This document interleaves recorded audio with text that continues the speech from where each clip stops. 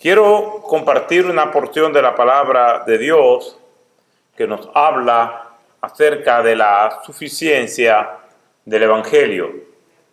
En algunos lugares donde se predica supuestamente la palabra de Dios, le añaden otros elementos aparte de ella.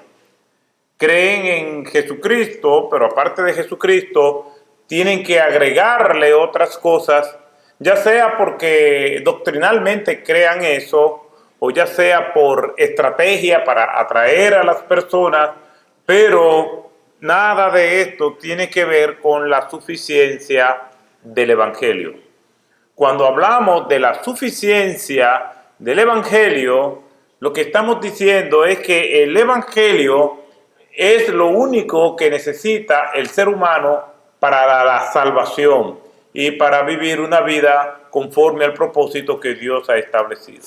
Eso parece ser anticuado, eso parece estar en desuso, gastado en algunos lugares, pero para los que creemos en Jesucristo como el Señor y Salvador de nuestras vidas, esto es no negociable. Esto es una verdad fundamental de aquel que quiere agradar a Cristo Jesús. Yo quiero partir de un texto precisamente que nos habla de esto. Y es curioso que cuando leamos este texto, precisamente esa porción del Evangelio que vamos a estar leyendo es precisamente el primer sermón evangelístico en la recién inaugurada iglesia. Y tomo este pasaje como punto de partida porque aquí no hay riesgo alguno. Aquí en este pasaje nos sirve como modelo, porque el Señor preservó precisamente esto para que nosotros siguiéramos esa ruta. Vamos a leer en el libro de los Hechos de los Apóstoles, capítulo 2, y vamos a estar leyendo por ahora los versículos 37 al 42. Hechos, capítulo 2, versículos 37 al 42. Y yo estoy leyendo en la Biblia versión Las Américas, y dice la Escritura de la siguiente manera: al oír esto, compungidos de corazón, dijeron a Pedro y a los demás apóstoles: hermanos, ¿qué haremos? Y Pedro les dijo: arrepentíos y sed bautizados cada uno de vosotros en el nombre de Jesucristo para perdón de vuestros pecados, y recibiréis el don del Espíritu Santo. Porque la promesa es para vosotros y para vuestros hijos y para todos los que están lejos, para tantos como el Señor nuestro Dios llame. Y con muchas otras palabras testificaba solemnemente y les exhortaba diciendo: sed salvos de esta perversa generación. Entonces los que habían recibido su palabra fueron bautizados, y se añadieron aquel día como 3,000 personas, y se dedicaban continuamente a las enseñanzas de los apóstoles, a la comunión, al partimiento del pan y a la oración. El Señor añada bendición a su santa palabra. Padre, gracias te damos por tu palabra. Una vez más nos proponemos a comentarla. Queremos hacerlo con fidelidad, queremos hacerlo con claridad y con relevancia. Que no solamente la oigamos, la entendamos, sino que también la apliquemos a nuestras vidas. En el nombre de Jesús. Amén. Podemos decir que el mensaje de lanzamiento del ministerio de nuestro Señor Jesucristo es el Sermón de la Montaña. Es allí donde Jesucristo da a entender las normas éticas y morales y espirituales que tenían que seguir sus seguidores. Podemos decir también que el mensaje de lanzamiento de la iglesia es este sermón de Pedro, que en su contexto más amplio se encuentra desde el versículo 14 hasta el versículo 40. Ya nosotros sabemos todo lo que tiene que ver con este sermón. El Señor le dijo a sus discípulos que no se fueran de Jerusalén hasta que llegara la promesa del Espíritu Santo. Llegó la promesa del Espíritu Santo precisamente mientras se celebraba la fiesta del Pentecostés. Y allí venían judíos de todas partes y escucharon en sus idiomas, puesto que habían emigrado, habían aprendido otras lenguas, escucharon en sus propios idiomas las maravillas del Señor. Pero eso no se quedó allí, sino que Pedro aprovechó y predicó un extraordinario sermón evangelístico, con el propósito de que estas personas conocieran los misterios del Evangelio, el propósito de Cristo. Todavía los eventos relacionados con la cruz estaban recientes. Aproximadamente había pasado 2 meses de esos acontecimientos y todavía se rumoraba por todas aquellas regiones de Jerusalén, de Galilea, lo que había pasado con nuestro Señor Jesucristo. Y aquí el apóstol Pedro se pone de pie y predica un poderoso sermón, donde yo veo algunas razones por las cuales le pongo a este pasaje como título la suficiencia del Evangelio. La primera razón por qué es suficiente porque trae confrontación. Y eso fue lo que hizo Pedro. En segundo lugar, porque produce humillación. Y en tercer lugar, porque porque trae salvación. Esos 3 aspectos de la suficiencia del Evangelio lo vamos a estar viendo. Es suficiente porque trae confrontación, es suficiente porque trae humillación y es suficiente porque trae salvación. Vamos a ver el primer punto. Hechos capítulo 2, los versículos 23 y 36. Veremos por qué ese evangelio trae confrontación. Y todo evangelio verdadero tiene que confrontar a quienes escuchan o lo leen. No estamos hablando de que el evangelio nosotros vamos a hacerlo ofensivo o confrontativo porque nosotros estamos prejuiciados o porque tenemos algún tipo de resentimiento con nuestros oyentes. No, es que el evangelio, si lo predicamos tal y como es, va a confrontar, va a sacudir las conciencias de las personas. No es que nosotros queremos ser ofensivos, es que aunque nosotros suavicemos las palabras, aunque nosotros podamos leer el evangelio con lágrimas de rodillas, las palabras del evangelio siempre van a traer confrontación. Son palabras suaves y argumentos demasiado fuertes. No tiene que ver con alzar la voz. No tiene que ver con nosotros venir y decirle y señalarle a una persona crujiendo los dientes lo que ellos han hecho. No importa cómo nosotros lo digamos, el evangelio verdadero siempre va a traer confrontación a las almas. Por más prudente que nosotros queramos ser, si somos obedientes por encima de ser prudentes, el evangelio va a traer confrontación. Es una confrontación misericordiosa, amorosa, pero es confrontación. Miren lo que dice aquí la Escritura en este versículo 23. El apóstol Pedro hablando, ese apóstol Pedro que dijo en un momento, en esa semana en que Cristo iba a ser entregado, en que iba a enfrentarse a manos de malhechores crucificados y después resucitados, Pedro, apoyándose en su propia justicia, dijo: si todos ellos se escandalizan o te niegan, yo no. ¿Recuerdan eso?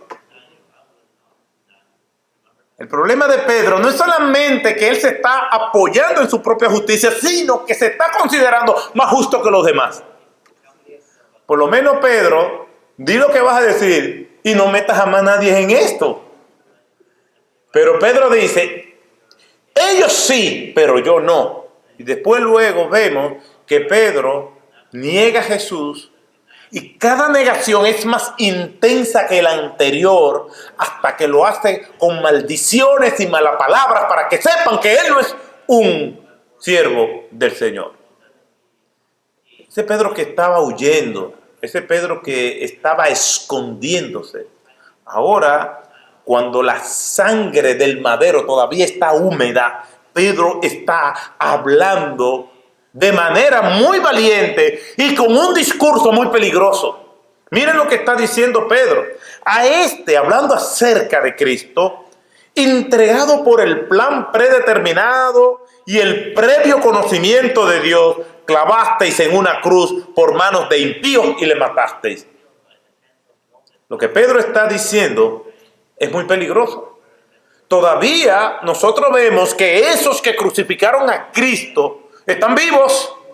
Esos que crucificaron a Cristo y le persiguieron y le fueron hostil, todavía andan merodeando con mucho poder e influencia. Y Pedro le está diciendo a muchos de ellos que están allí en la multitud: ustedes son unos asesinos, ustedes mataron a Cristo. Ahora, lo mataron no porque ustedes tenían más poder que Él, lo mataron por el plan predeterminado de Dios. Y aquí viene algo que yo compartía con el pastor Jorge, y es lo que se conoce como antinomia. La antinomia son dos verdades que separadas tienen mucho sentido. Aquí Pedro está diciendo: ustedes son culpables de la muerte de Cristo. Ustedes son responsables. Y si nosotros leemos esto, estamos de acuerdo. Son responsables de la muerte de Cristo. Y tú y yo también somos responsables, somos hallados culpables. Es una verdad cardinal en la Escritura, por cuanto todos pecaron y están destituidos de la gloria de Dios. Todos nacemos pecadores. Salmo 51:5 dice: en pecado he sido formado, en maldad he sido formado y en pecado me concibió mi madre. Todos somos pecadores de nacimiento. Somos culpables. Hay una sentencia judicial en contra de nosotros. No podemos hacer nada. Somos culpables. Y Pedro le está diciendo: ustedes son culpables, ustedes mataron a Cristo, son unos impíos, ustedes lo mataron, ustedes están con las manos llenas de sangre. Eso es verdad. La otra verdad es que aquí dice el plan predeterminado de Dios. Y aquí dice: y por el previo conocimiento de Dios. En otras palabras, Dios es soberano y Dios orquestó todo. Porque Dios es soberano. Y ellos no fueron más poderosos que el Señor para quitarle la vida. De hecho, Cristo mismo dice: nadie me quita la vida, yo mismo la pongo. Y cuando yo quiera mi vida, vuelvo y la vuelvo a tomar. Esas son dos verdades que cuando las juntamos parecen que se repelan. Eso es lo que se llama antinomia. Separadas son fáciles de asimilar, pero cuando las juntamos, ¿cómo vamos a decir que una persona es responsable y que Dios es soberano? Sí, así es. Están en dos carriles paralelos y ambas son verdades y ambas están en las Escrituras. Y aquí nos dice que esta confrontación para nada es suave. Nada es suave. Es fuerte. Clavasteis en una cruz por mano de impíos y le matasteis. Versículo 23. A quien vosotros crucificasteis. Versículo 26. La condición de estos oyentes es de culpabilidad. Son culpables, homicidas, mediante una muerte horrible al Hijo de Dios. ¿El Señor lo orquestó? Sí, pero ellos son culpables. Por eso es que tenemos que arrepentirnos de nuestros pecados. Por eso es que tenemos que hacer ejercicio de humillación todos los días, varias veces al día, pidiéndole perdón al Señor. No para que nos salve, porque ya tenemos la salvación, pero sí para que tenga misericordia. Algo que yo le pido al Señor siempre es que me perdone los pecados o que no me deje pagar las consecuencias de los pecados de la juventud. ¿Cuánta locura cometimos en la juventud? Tenemos que pedirle al Señor que nos libre de eso. Y estas personas están allí, y aquel Pedro que estaba huyendo, mintiendo y maldiciendo, ahora está valientemente confrontando a los verdugos que asesinaron a Cristo. El Evangelio. Y Pedro está apelando es al Evangelio. Pedro no es un resentido religioso que viene a hablar de las amarguras de su corazón. Ni tampoco es un indulgente que le está diciendo a la multitud para atraerla: ustedes no hicieron nada, todo fue por el plan determinado de Dios, ustedes fueron un instrumento de Dios para la gloria del Padre. No es mentira, pero no está completo. Hoy en día, en algunos púlpitos, solamente se le dice la primera parte. Ustedes son instrumentos de Dios. Dios te trajo aquí para bendecirte. Ven al Señor, abre tus manos, levanta al Señor. Quiere la bendición de Dios, arrebata la bendición de Dios. ¿Y la culpabilidad qué hacemos con ella? Porque si no hay culpabilidad, no hay arrepentimiento. Decía Sigmund Freud que lo peor para la persona es la culpa. Y por lo tanto hay que desmontarle la culpabilidad al ser humano. No hay nada más perverso que eso. Porque la culpabilidad bíblica, sana, me acorrala, me cierra las puertas, me deja un solo camino, un camino ensangrentado que me lleva a la cruz de Cristo. Para allí entonces encontrar libertad. Y ya no hay más culpa. ¿Quién acusará a los escogidos del Señor? Cristo el que justifica. Y ahí vamos a liberarnos de la culpa, pero en los méritos de Cristo. El sermón de Pedro nos presenta la suficiencia del Evangelio porque trae confrontación. No hay nada que quitar ni nada que añadir. Podemos adornar el mensaje con experiencias personales, pero no hay nada que añadirle al mensaje del Evangelio en sí, porque es suficiente. Yo he hablado con muchas personas acerca del Evangelio y mucha gente se me ha ofendido. En una ocasión una señora hablaba del Evangelio de ella y ella me dijo: yo soy buena persona. Yo no tengo que arrepentirme de nada. Yo soy buena esposa, yo soy buena madre, buena amiga, ayudo a los pobres, todas estas cosas. Y yo le dije: pero es que eso es su deber, ser buena esposa. Y se me ofendió. Es que ese es su deber, ser buena madre. Ser mala madre o ser mala esposa sería lo contrario, eso es lo que le corresponde a usted. Y se me ofendió más todavía. Porque por más que nosotros queramos suavizar el Evangelio va a provocar que la gente se ofenda. No queremos ofenderlo, ni yo quiero ofender a nadie. Cristo vino a buscar y a salvar lo que se había perdido. La Escritura dice en 1 de Juan 4:8 que Dios es amor, y aún así la gente se ofende con el Señor. Yo no quiero ofender a nadie. Pero si predico el Evangelio como es, hay gente que van a resultar ofendidas.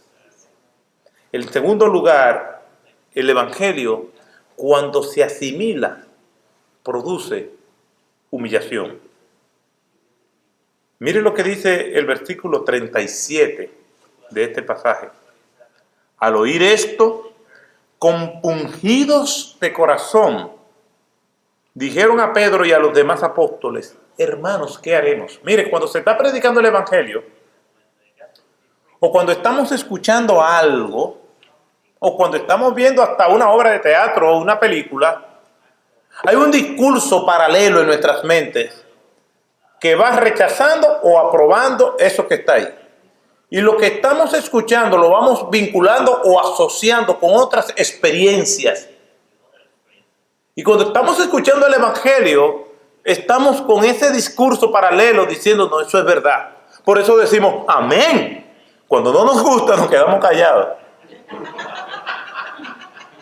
Y cuando nos gusta mucho, vamos diciendo amén, amén, amén. Y cuando el pastor dice algo, ya lo dañó. O damos codazos a los esposos. Oye, eso es para ti. O el esposo, oye, eso es para ti. Y entonces hay ese discurso paralelo mientras nosotros estamos escuchando. Incluso llegamos a pensar, óyeme, si fulano hubiera estado aquí. Y lo llamamos de lo que te perdiste. ¿Por qué? Porque mientras vamos escuchando el Evangelio va provocando diversas reacciones. Así somos los seres humanos. De hecho, en nuestras conversaciones con los demás, somos así. Alguien nos está confrontando y la persona no ha terminado de decirnos lo que nos está diciendo, y eso pasa mucho entre los padres e hijos, ya estamos respondiendo. De hecho, la mayoría de las personas escuchan para responder, no para comprender. Ustedes no han visto personas que usted le está diciendo algo. Sí. Y antes de terminar usted ya le están respondiendo. Los hijos lo hacen los esposos, hacen las esposas. Yo sé que las esposas aquí no hacen eso, pero ni las esposas de allí tampoco, ni de aquí ni de allí. Ni los esposos tampoco, pero lo cierto es que vivimos a la defensiva. Nos están diciendo algo y no han terminado lo que nos están diciendo y ya nosotros tenemos todo un discurso elaborado, porque mientras estamos oyendo lo que se nos está diciendo, estamos levantando nuestros sistemas de defensa. Esto no ocurrió en ese momento. El Evangelio fue tan poderoso. El Señor le dio un respaldo tan grande a Pedro que no hubo sistema de defensa que pudieran contrarrestar el poder del Evangelio. Dice la Escritura, pero recibiréis poder cuando haya venido sobre vosotros el Espíritu Santo. Y la palabra poder es dinamita. De donde viene la palabra dinamita, que explota, porque no me avergüenzo del Evangelio, porque es dinamita de Dios. Y lo que está saliendo de la boca de Pedro es puro fuego del cielo, es pura dinamita, que todos los sistemas defensivos de lo que están oyendo están siendo pulverizados, están hechos añicos, pero sin destruir la vida de nadie. Aquellas personas, al escuchar el Evangelio, dicen, al oír esto, compungidos de corazón, dijeron a Pedro y a los demás apóstoles, oigan lo que le dijeron, hermanos, todavía no se habían convertido y ya estaban viendo a sus enemigos como hermanos. Hermanos, ¿qué haremos? ¿Qué haremos? No se están autojustificando. No, que nosotros recibíamos órdenes, como dijeron los asesinos nazis en los juicios de Nuremberg en 1945. Mataron y persiguieron a millones de seres humanos. Y ellos decían, como decían Hermann Göring, recibíamos órdenes. Muchos de ellos eran culpables indirectos. Probablemente ahí no estaban los verdugos romanos que clavaron a Cristo en la cruz. Allí probablemente habían de las personas que se divirtieron o señalaron o de alguna manera u otra dijeron, ¡crucifícale! Lo que están diciendo es, hermanos, ¿qué haremos? ¿Qué haremos? Compungidos de corazón. A mí me llama mucho la atención su actitud humilde. Hay personas que son confrontadas por haber hecho algo malo y mantienen su actitud orgullosa y arrogante. No importa lo que nos estén diciendo, incluso es posible que quien nos esté confrontando cometa algún exceso en la confrontación, pero si lo que está diciendo es verdad, seamos humildes y reconozcamos. Ya sea el jefe, ya sea el esposo, la esposa, el padre o el hijo. Si lo que nos están diciendo es verdad, el único camino que tenemos es humillarnos. De hecho, en el manejo de conflictos, que es un área de los recursos humanos, en el arte de negociar con los demás, lo que se dice es que si lo que le están diciendo es verdad, mantenga una actitud humilde. Dice la Biblia que la blanda respuesta aplaca la ira. Si lo que nos están diciendo es verdad, no tratemos de justificarlo. No importa lo horrible que sea. Aún en la ley de los hombres, las sentencias son menos rigurosas si el acusado confiesa. Pero si se van a juicio, es peor. Los principios bíblicos, aplicados a la vida diaria, aplicado en nuestras relaciones interpersonales, pero sobre todo aplicado en nuestra relación con Dios.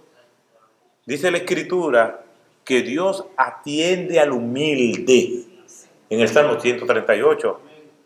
Es un salmo o es un salmo del exilio.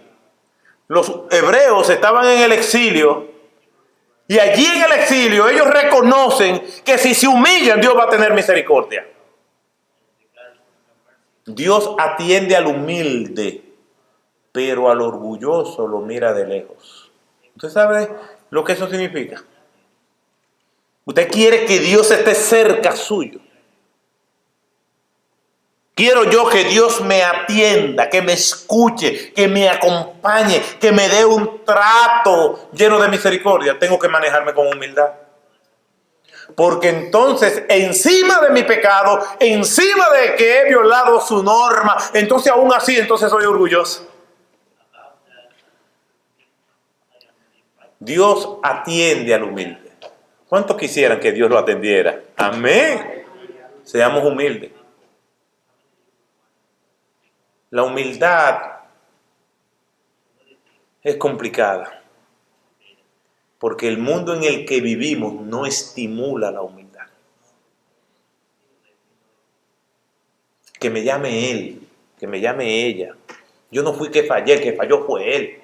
Una serie de cosas que el mundo estimula a la arrogancia, a la grandeza, según los hombres. El humilde en este mundo, de este lado del sol, el humilde se ve como una persona débil, que no tiene carácter. Este mundo lo que estimula es a los que luchan de manera aguerrida, aunque viole la norma de Dios. No se estimula la mansedumbre, no se estimula la paciencia, no se estimula la condescendencia, no se estimula nada de eso. Los medios de comunicación están llenos de eso. Las noticias estimulan la anarquía, la mentira, todo en nombre de la tiranía de mis derechos personales. Es verdad, hay un mundo de mucha maldad, pero las armas de nuestra milicia no son carnales, sino espirituales y poderosas en el Señor para destrucción de fortaleza. Vamos a dejar que los impíos usen esas armas de arrogancia, de demostración de poder, pero nosotros, nuestras batallas se las vamos a ganar de rodillas delante del Señor, humillado ante su presencia. Cuando Dios habló a estos hombres por medio de Pedro, estos hombres pudieran decir: yo no estaba en la multitud, yo no soy romano, a mí me dolió. No, pero se humillaron delante del Señor. Lo que le están diciendo a estos hombres: hermanos, ¿qué haremos? Esta es la reacción de aquel que comienza a caminar por el camino de la restauración. Un corazón contrito y humillado no despreciará jamás el Señor. El que confesare sus pecados será salvo. Pero sobre la base de la humillación. Yo recuerdo que al principio de mi ministerio, una pareja se comió, de novios, ¿no? Se comieron la merienda antes del recreo. Y ellos, sin casarse, quedó embarazada. Entonces yo le explico que ese pecado tenía una repercusión pública y tenía que ser ventilado públicamente. Y entonces él me dijo: bueno, pues está bien, ¿qué es lo que hay que hacer? Pararse ahí y decir: no, está bien, yo lo digo. Yo dije, ¿tú sabes lo que tú estás diciendo? Sí, eso no es nada. Yo dije, tú no estás arrepentido. Es mucho. Hablar de una práctica privada que tiene repercusión pública. Es serio. El día que pautamos para que lo hiciera ante los hermanos, viene delante de mí y me dice, llorando, me estoy muriendo de miedo. Digo, ahora sí estamos hablando. No es que yo pequé y venir y decirle, Señor, yo pequé, si tú quieres perdóname. No. El arrepentimiento verdadero está acompañado de vergüenza y de dolor. Si no hay vergüenza y no hay dolor, no hay verdadero arrepentimiento. Un Dios santo, un Dios que entregó a su Hijo, un Dios misericordioso, un Dios perseverante e insistente en amarnos y darnos concesiones para que aún así, después de pecar, nosotros venir y decirle, Señor, si tú quieres perdóname. No.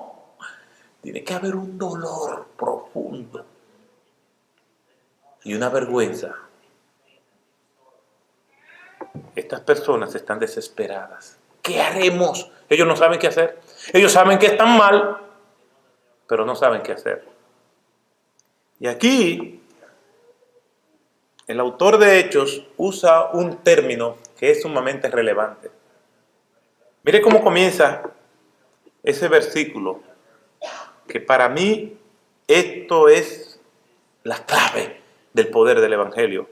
Versículo 37, al oír esto, compungidos de corazón. Compungidos de corazón. Este término, compungidos de corazón, significa herir o punzar violentamente. Es enterrarle una daga a una persona y cuando está enterrada, sacudirla dentro. Eso es lo que significa compungir.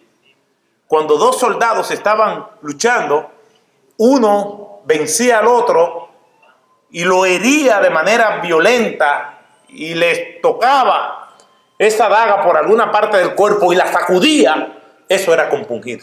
El herido entonces estaba compungido. Puede traducirse como afligirse profundamente en el interior. Es cuando uno tiene un dolor intenso que no se ve, pero tiene ese dolor intenso que te lo está comiendo, que te está doblegando. El Evangelio produjo ese dolor intenso. Fue una daga intensa que le fue atravesada. La palabra de Dios, dice Hebreos capítulo 4, versículos 12 y 13, es viva y eficaz y más cortante que cualquier espada de dos filos. Penetra hasta la división del alma y del espíritu, de las coyunturas y los tuétanos, y es poderosa para discernir los pensamientos y las intenciones del corazón. Y no hay cosa creada oculta a su vista, sino que todas las cosas están al descubierto y desnudas ante los ojos de aquel a quien tenemos que dar cuenta. Esta palabra de Dios penetró a las profundidades del alma de aquellas personas y se vieron desnudos. Su confabulación fue descubierta, su conspiración fue destrozada. Y no entraron en complicidad consigo mismos, sino que se rindieron al Señor que los denuncia con su amor y su misericordia. El Señor lo denuncia, lo pone al descubierto, pero le brinda sus brazos de amor para recibirles. Miren, hermanos y hermanas, yo tengo temor de Dios. Y no es que a uno no se le ocurren ciertas diabluras. No es que no somos tentados, todos somos tentados. Pero yo tengo temor de Dios. Y le pido a Dios que me ayude siempre a ser auténtico. Que me ayude a desechar la superficialidad. Si aquí hay alguien que está luchando con algún pecado, háblelo. Vaya donde el pastor y diga, pastor, me está pasando esto. Pero el pasarse la vida entera en esa simulación, en el arte de la pose, lo que me dice a mí es que probablemente que una persona que vive así no es creyente. Porque el que es de Dios no practica el pecado. No es que no tenemos luchas, no es que no caemos. Pero una cosa es caer y otra cosa es vivir caído. Y para eso tenemos la comunidad restauradora. Porque estas personas están a punto de tener salvación por un instrumento humano que había caído. Entonces Dios prodiga y dispensa gracia los unos a los otros. Porque somos nosotros los instrumentos que Dios usa para restaurar nuestras vidas. Nosotros tenemos ministerios en las cárceles. Y yo he estado en cárceles de máxima seguridad. He estado en cárceles y he hablado con personas que van a morir, que la van a matar, como la pena máxima. Yo he hablado con personas que están enjuiciadas y ya lo que están esperando es la muerte. Y aún así mantienen su actitud erguida de odio y de resentimiento. Se dice que un comandante en una cárcel militar fue a visitar a la cárcel a ver en tiempos de guerra por qué algunos soldados estaban prisioneros. Y fue a visitarlo, lo pusieron en formación y comienza a preguntarle a cada uno de ellos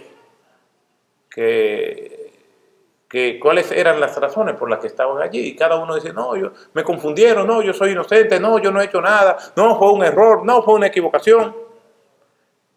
Y llamó la atención, en particular, que un soldado dijo, mire, comandante, sí, yo estoy culpable de estar aquí. Yo dejé el puesto, me fui a beber y estoy pagando las consecuencias de mi hecho. El comandante dijo, liberen a este hombre. Los demás protestaron. El comandante dijo, bueno, yo vine a buscar un culpable para darle un indulto. Como todos ustedes son inocentes, se quedan ahí.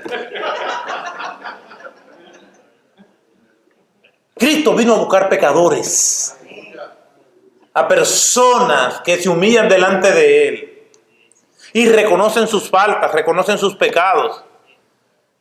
Y el que se quiere justificar a sí mismo, el Señor lo deja, trata de hacerlo por tus propios medios, lo cual será imposible. Por eso dice la Escritura que si confesamos nuestros pecados, Él es fiel y justo de perdonar nuestros pecados y limpiarnos de toda maldad.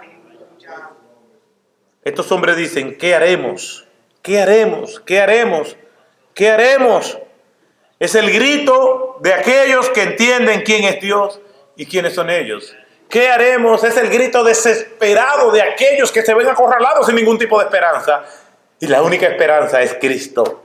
¿Qué haremos? Es la respuesta de quien se ve a sí mismo como culpable y Cristo como su única esperanza. Es la pregunta de quien se ve ignorante, es la pregunta del que ve que no tiene ningún tipo de escapatoria. ¿Qué haremos? Esa misma pregunta la hizo el carcelero allá en Macedonia. ¿Qué haré para ser salvo?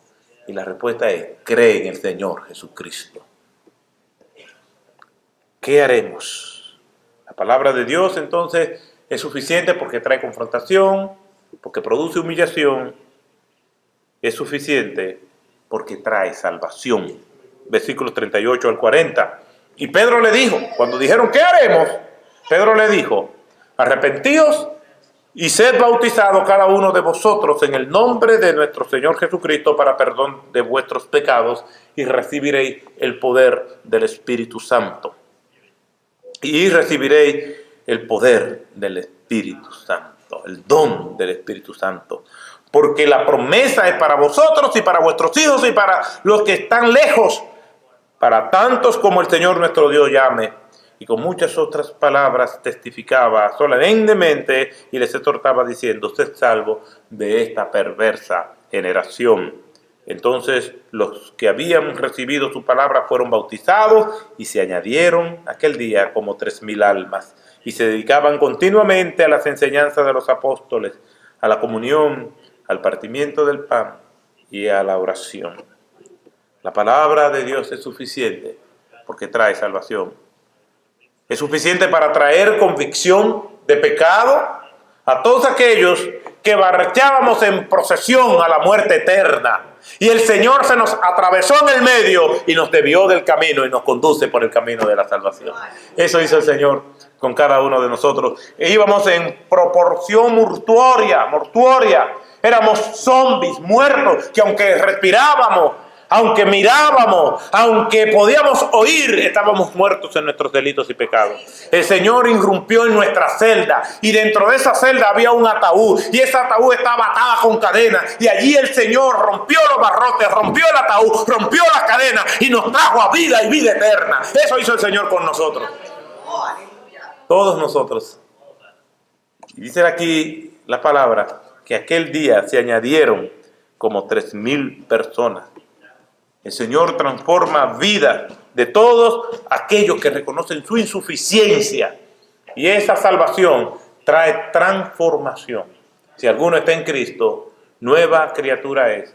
Las cosas viejas pasaron, todas aquí son hechas nuevas.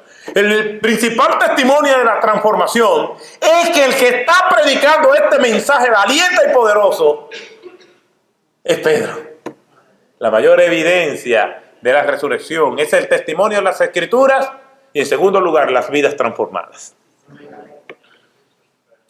¿Ustedes creen que esta transformación simplemente hubiera sido posible si Cristo no hubiese resucitado? Si Cristo no resucitó, vana es nuestra fe, dice la Escritura. Ya no les importaba. Vieron a Cristo morir y 3 días después lo vieron resucitar. Ya no le importaba la muerte. Porque Cristo dijo: yo soy la resurrección y la vida. El que cree en mí, aunque esté muerto, vivirá. Y ellos creyeron eso. Aquí vemos cómo a través de la historia Dios ha hecho lo mismo. Son los discípulos que antes huían y después de ver a Cristo están dispuestos a morir por la causa de Cristo. Es un Pablo de perseguidor a ser perseguido, un Agustín de una vida desenfrenada a una vida santa, un Lutero de la tranquilidad a la agitación producida por la verdad. Es Farel vibrando como un león por las calles de Ginebra. Es John Knox agonizando para que Dios lo salvara de Escocia. Es Calvino que, a pesar de todas sus enfermedades, valientemente compartía el Evangelio. Todo esto lo hace el Evangelio de nuestro Señor Jesucristo. Trae confrontación, humillación y salvación. Que el Señor nos bendiga. Gracias te damos, Padre, por tu palabra. Tú nos hablas por medio de ella. Y anhelamos, Señor, que hoy haya sido igual. Para bendición y prosperidad de nuestras almas, Señor. Gracias. Tú eres bueno y para siempre son tus misericordias. En el nombre de Jesús te pedimos que tú salves, restaures, reconcilies, para gloria única tuya, Señor. En el nombre de Jesús. Amén.